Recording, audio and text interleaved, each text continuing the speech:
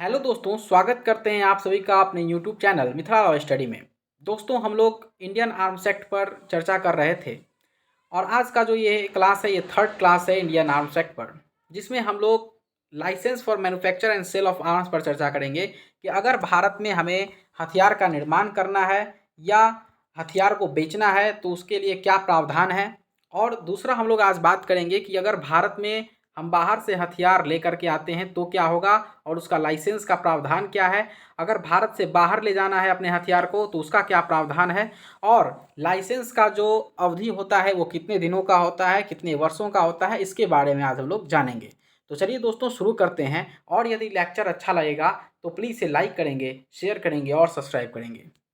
दोस्तों, Indian arms act 1959 में section 5 जो है ये बताता है, क्लियरली प्रोहिबिट्स करता है किसी व्यक्ति को कि कोई भी व्यक्ति ना तो किसी प्रकार के आर्म्स और एम्यूनिशन का यूज़ करे, ना मैन्युफैक्चरिंग करे अर्थात बनाए, ना सेल करे, ना ट्रांसफ़र करे, ना कन्वर्ट करे। कन्वर्टिंग का मतलब ये हुआ कि अगर कोई ऐसा वस्तु जिसे हम लोग ओरिजिनल फायर आर्म्स में कन्वर्ट कर सकते हैं तो ऐसा करने की कोशिश ना करे, ना तो किसी प्रकार के आर्म्स और एम्यूनिशन का रिपेयर करे, ना ही किसी आर्म्स और एम्यूनिशन को टेस्ट करके देखे, तो जब तक कि उसके पास इसके लिए लाइसेंस नहीं है। ये सेक्शन 5 बताता है कि जब तक किसी व्यक्ति के पास इसके लिए लाइसेंस नहीं है वो इन सारे कार्यों को ना करे। लेकिन दोस्तों, इसका कुछ एक्सेप्शंस भी है। Exceptions is always present. Exceptions में ये है कि अगर कोई व्यक्ति जो है आर्म्स और एम्यूनिशन को अपने पास वैध तरीके से अर्थात लीगली तरीके से अपने पास रखा है, कोई व्यक्ति आर्म्स और एम्यूनिशन को अपने प्राइवेट यूज़ के लिए रखा है उसने, तो ऐसे व्यक्ति जिसके पास जिसे आर्म्स एक्ट के तहत प्रोहिबिट नहीं किया गया है या किसी अन्य एक्ट के तहत प्रोहिबिट नहीं किया गया है, उसे वो क्या कर सकता है, हथियार को बेच सकता है या ट्रांसफ़र कर सकता है। सिर्फ इतना ही बात बताया गया है सेक्शन 5 के एक्सेप्शन में कि अगर कोई व्यक्ति है जो अपने पास आर्म्स और एम्यूनिशन को लीगली तरीके से रखा है, अपने प्राइवेट यूज़ के लिए रखा है, वो ऐसे व्यक्ति जो आर्म्स एक्ट के तहत हकदार है या किसी अन्य एक्ट के तहत हकदार है, पहला बात। दूसरा बात, आर्म्स एक्ट के तहत उसे प्रोहिबिट नहीं किया गया है या फिर किसी अन्य एक्ट के तहत उसे प्रोहिबिट नहीं किया गया है। इन दोनों में से अगर कोई भी क्राइटेरिया वो फुलफ़िल कर रहा है तो ऐसे व्यक्ति को अपने हथियार को हम लोग ट्रांसफ़र कर सकते हैं या बेच सकते हैं। लेकिन ट्रांसफ़र और बेचने से पहले, ट्रांसफ़र करने से पहले या बेचने से पहले हम लोगों को इसके बारे में अपने जिला अधिकारी को अर्थात डीएम को या फिर नियरेस्ट पुलिस स्टेशन में बताना होगा कि हम इस प्रकार के हमारा क्या आशय है, बेचने के पीछे हमारा क्या आशय है या ट्रांसफ़र करने के पीछे हमारा क्या आशय है, और जिसे हम लोग आर्म्स और एम्यूनिशन को बेच रहे हैं उसका नाम और उसका एड्रेस भी दे देना होता है। इसके बाद दोस्तों 45 दिनों का इंतज़ार करना होगा और 45 दिनों के बाद हम लोग उस हथियार को क्या कर सकते हैं कि ट्रांसफ़र कर सकते हैं या बेच सकते हैं। इसके बाद licence for import and export के बारे में बात करता है सेक्शन 10। सेक्शन 10 जो है सो क्लियरली बताता है कि जब तक किसी व्यक्ति के पास लाइसेंस ना हो, इसके लिए लाइसेंस ना हो कि वो आर्म्स और एम्यूनिशन को भारत के बाहर ले जा सके या ला सके, तब तक वो ना तो ऐसा काम बिल्कुल ना करे। ठीक है, तो they are not allowed to take any arms और एम्यूनिशन आउट ऑफ इंडिया, तब तक जब तक कि वो होल्ड नहीं करता है अपने पास लाइसेंस को। ये सेक्शन 10 बताता है।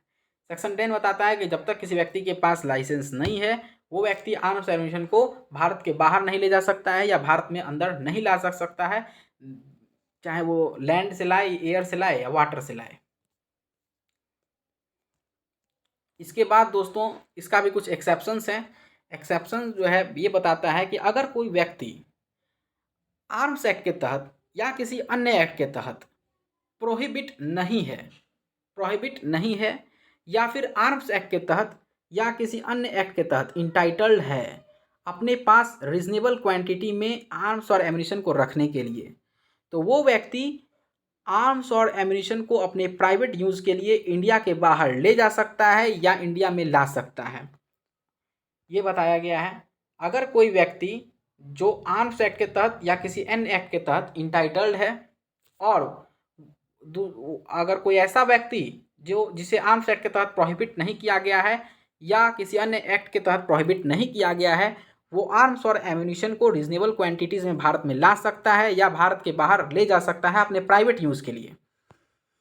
दूसरा एक्सेप्शन ये कहता है कि अगर कोई व्यक्ति जिसे जिसे हम लोग वास्तविक पर्यटक कहते हैं, बोनाफाइड टूरिस्ट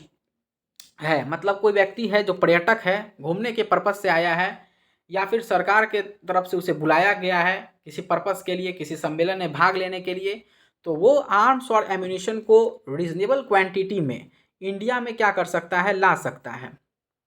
रीजनेबल क्वांटिटी में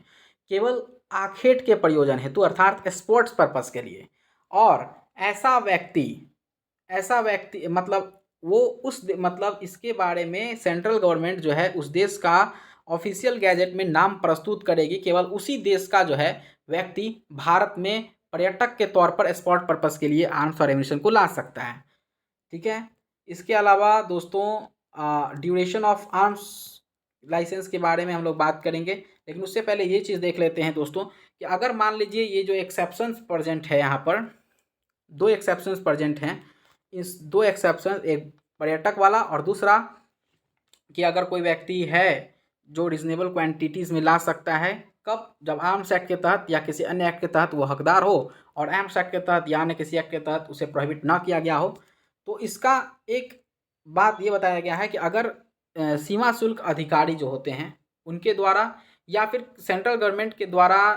अपॉइंट किया गया किसी अधिकारी को, उस व्यक्ति पर शक हो जाता है कि ये जो हथियार लाया है वो ज़्यादा मात्रा में इसके पास हथियार है, या फिर इसके लाने का पर्पस कुछ अलग है, स्पोर्ट पर्पस नहीं है, या फिर प्राइवेट यूज़ के लिए इसने नहीं लाया है, तो वो अधिकारी जो हैं उस हथियार को डिटेन कर सकते हैं, अपने पास रख सकते हैं, तब तक के लिए रख सकते हैं, डिटेन कर सकते हैं जब तक कि उन्हें सेंट्रल गवर्नमेंट से ऑर्डर नहीं मिल जाता है। इसके बाद दोस्तों ड्यूरेशन ऑफ लाइसेंस के बारे में हम लोग देख लेते हैं। ड्यूरेशन ऑफ लाइसेंस की जो बारे में सेक्शन 15 जो है आर्म्स एक्ट का, ये बताता है कि लाइसेंस का जो ड्यूरेशन है वो 3 साल का होगा, जब से वो दिया जाएगा, जिस डेट को वो ग्रांट किया जाएगा उस डेट से 3 वर्षों के लिए लाइसेंस ग्रांट किया जाता है। और अगर आप चाहें तो इसे शॉर्टर पीरियड के लिए भी ले सकते हैं, या फिर अगर लाइसेंसिंग अथॉरिटी को लगता है कि अभी लाइसेंस जो है सो शॉर्ट पीरियड के लिए देना है तो वो दे सकती है। और कोई भी लाइसेंस का जो रिन्यूअल करने का जो तरीका होता है, वो जिस प्रकार से लाइसेंस को ग्रांट किया जाता है आर्म्स एक्ट के सेक्शन 13 और 14 के तहत, ठीक उसी प्रकार से लाइसेंस को रिन्यूअल भी किया जाता है तब तक जब तक कि लाइसेंसिंग अथॉरिटी के द्वारा अन्य कोई प्रावधान न बना दिया जाए, तब तक इसी तरीके से रिन्यूअल किया जाएगा। तो ये रहा दोस्तों आज का हमारा लेक्चर, और यदि ये लेक्चर अच्छा लगा तो प्लीज़ इसे लाइक करेंगे, शेयर करेंगे और सब्सक्राइब करेंगे। जय हिंद दोस्तों।